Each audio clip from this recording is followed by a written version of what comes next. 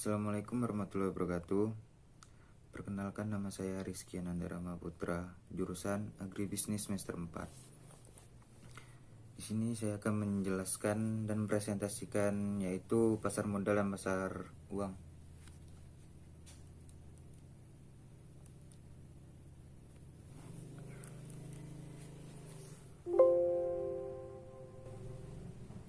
Assalamualaikum warahmatullahi wabarakatuh. Perkenalkan, nama saya Rizky Ananda Rama Putra, jurusan Agribisnis semester 4. Di sini saya akan presentasikan yaitu pasar modal dan pasar uang. Pasar modal sendiri adalah tempat atau sarana bertemunya antara permintaan dan penawaran atas instrumen keuangan jangka panjang, umumnya lebih dari 1 tahun.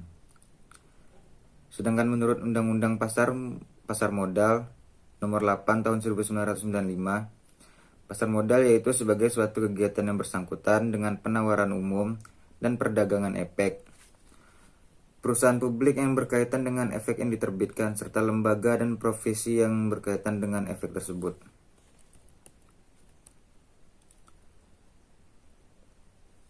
Ada 3 pasar modal utama di dunia. 1. New York Stock Exchange. 2. American Stock Exchange. Dan nomor 3. Nasdaq. Fungsi pasar modal sendiri yaitu sebagai sarana bagi pendanaan usaha atau sebagai sarana bagi perusahaan untuk mendapatkan dana dari masyarakat pemodal atau investor. Dana yang diperoleh dari pasar modal dapat digunakan untuk pengembangan usaha, ekspansi, penambahan modal kerja, dan lain-lain. Nah, terus sarana bagi masyarakat untuk berinvestasi pada instrumen keuangan seperti saham, obligasi, reksadana, dan lain-lain.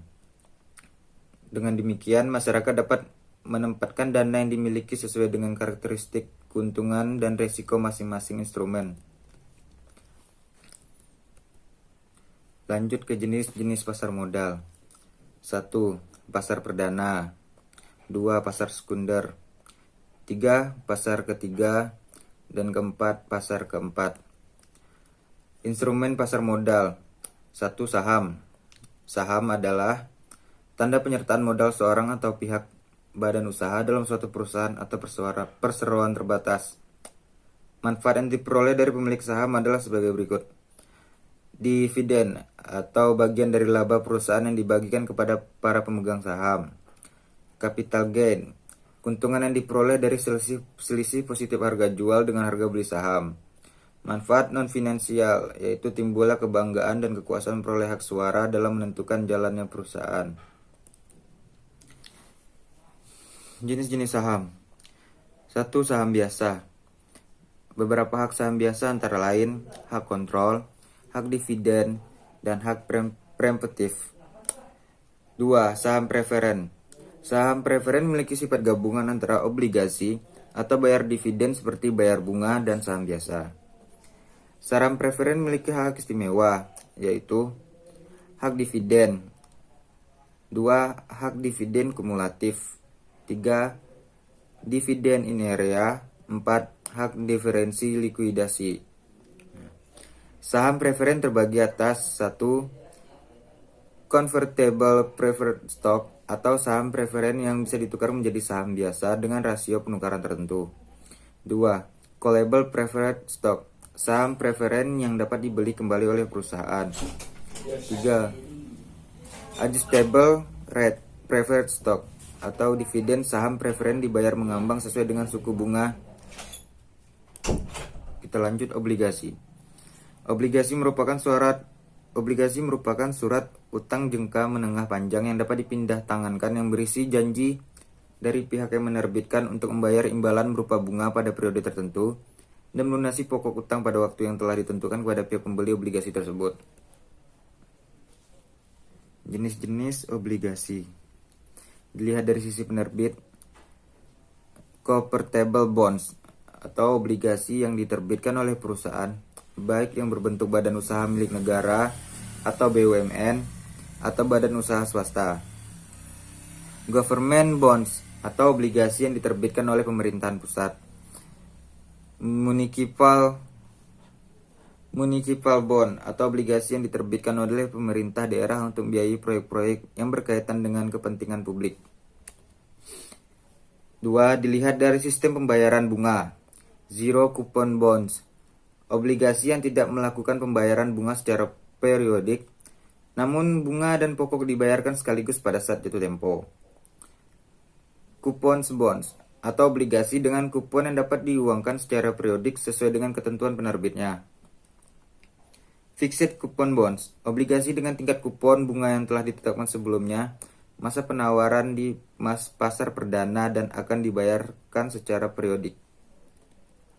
Terus floating coupon bonds atau obligasi dengan tingkat kupon bunga yang ditentukan sebelum jangka waktu tersebut, berdasarkan suatu acuan seperti average time deposit atau ATL, yaitu rata-rata tertimbang tingkat suku bunga deposit dari bank pemerintah dan swasta. 3. Dilihat dari hak penukaran opsi. Convertible bonds atau obligasi yang memberikan hak kepada pemegang obligasi untuk mengkonversikan obligasi tersebut ke dalam sejumlah saham milik penerbitnya. Terus exchangeable bonds, obligasi yang memberikan hak kepada pemegang obligasi untuk menukarkan saham perusahaannya ke dalam sejumlah saham perusahaan afiliasi milik penerbitnya. Terus callable bonds atau obligasi yang memberikan hak kepada emiten untuk membeli kembali obligasi pada harga tertentu sepanjang umur obligasi tersebut. Terus putable bonds, obligasi yang memberikan hak kepada investor yang mengharuskan emiten untuk memberi kembali obligasi pada harga tertentu sepanjang umur obligasi tersebut. Yang keempat, dilihat dari segi jaminan atau kolateralnya. Ada secure bonds atau obligasi yang dijamin dengan kekayaan tertentu dari penerbitnya atau dengan jaminan lain dari pihak ketiga. Dalam kelompok ini termasuk di dalamnya adalah guaranteed bonds, mortgage bonds, dan collateral trust bonds. Dan kelima, dilihat dari segi nilai nominal. Ada konvensional bonds, obligasi yang lazim diperjualkan dalam satu nominal. Misalnya 1 miliar per satu lot. Terus retail bonds, obligasi yang diperjualkan belikan dalam satuan nilai nominal yang kecil, baik corporate bonds maupun government bonds. Nomor 6, dilihat dari segi perhitungan imbal hasil. Ada conventional bonds, obligasi yang diperhitungkan dengan menggunakan sistem kupon bunga. Terus syariah bonds, obligasi yang memperhitungkan imbal hasil dengan menggunakan perhitungan bagi hasil. Dalam perhitungan ini dikenal dua macam obligasi syariah, yaitu obligasi syariah mudharabah dan obligasi syariah ijarah.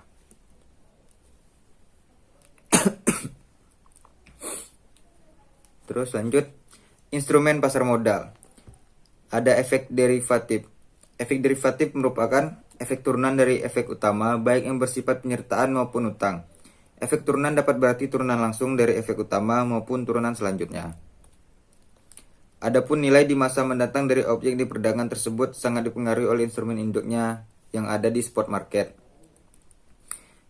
Instrumen-instrumen dari derivatif sering digunakan oleh para pelaku pasar atau pemodal perusahaan efek sebagai sarana untuk melakukan lindung nilai atau hedging atas portofolio yang mereka miliki. Instrumen derivatif ada satu warrant atau hak untuk membeli sejumlah saham perusahaan yang menerbitkan warrant tersebut dengan harga tertentu. Warrant adalah pemanis pada perusahaan yang melakukan emisi obligasi agar bunga obligasi yang dilakukan bisa dibuat rendah. Terus option, kontrak yang menunjuk hak untuk membeli atau menjual sejumlah saham dalam periode tertentu dengan harga yang sudah ditentukan. Terus ada future, yaitu kontrak yang menunjukkan kesediaan untuk menyediakan komoditas di masa depan dengan harga yang sudah ditentukan. Kita lanjut ke pasar uang.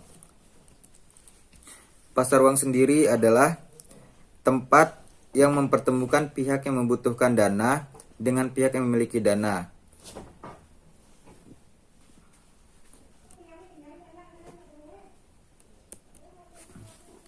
Tujuan pasar uang sendiri adalah untuk bagi pihak yang membutuhkan dana. Terus bagi pihak yang menanamkan dana, dan fungsi pasar uang adalah sebagai perantara dalam perdagangan surat-surat berharga berjangka pendek. Terus sebagai penghimpunan dana berupa surat-surat berharga jangka pendek. Sebagai sumber pembiayaan bagi perusahaan untuk melakukan investasi, dan sebagai perantara bagi investor luar negeri dalam menyalurkan kredit jangka pendek kepada perusahaan Indonesia. Manfaat pasar uang. 1. Memacu suksesnya pembangunan ekonomi. 2. Menyerap tenaga kerja dan meningkatkan pendapatan masyarakat yang semakin berkualitas. 3. Terpenuhinya kebutuhan kredit jangka pendek untuk membiayai kebutuhan modal kerja perusahaan, seperti bahan dasar, bahan pembantu untuk kelancaran proses produksinya. 4. Terpenuhinya kebutuhan barang dan jasa bagi masyarakat yang semakin berkualitas. Adapun pelaku pasar uang. 1. Bank komersial. Bank komersial sendiri berperan sebagai financial intermediary, yaitu pihak yang menampung dana dalam bentuk giro, tabungan deposit, dan modal, kemudian menyalurkan dalam bentuk kas, kredit, sekuritas, dan aset tetap. 2. Bank sentral. Bank sentral merupakan lembaga negara yang bertujuan mengelola jumlah uang beredar, mengatur tingkat suku bunga, memelihara ketersediaan kredit, dan menjaga nilai tukar mata uang negara terhadap mata uang lainnya. 3. Perusahaan non-finansial. Perusahaan non-finansial beroperasi di pasar uang adalah untuk mendapatkan pinjaman dan untuk menghasilkan laba non-operasional. Selanjutnya, 4. Individu. Siapapun yang punya instrumen-instrumen finansial seperti ATM, kartu kredit, tabungan, deposito, obligasi, atau bahkan uang kas adalah partisipan pasar uang. Selanjutnya, instrumen pasar uang. 1. Treasury bills. 2. Commercial paper. 3. Negotiable certificate of deposit. 4. Bankers acceptance. 5. Bill of exchange. 6. repurchase agreement. 7. Revolving underwriting facility. Terus instrumen pasar uang di Indonesia. 1. Interbank call money. 2. Sertifikat Bank Indonesia. 3. Sertifikat deposito. 4. Surat berharga pasar uang. 5. Banker acceptance. 6. Commercial paper. 7. Repurchase agreement. Baiklah, demikian yang saya sampaikan. Lebih dan kurang mohon maaf. Saya akhiri. Assalamualaikum warahmatullahi wabarakatuh.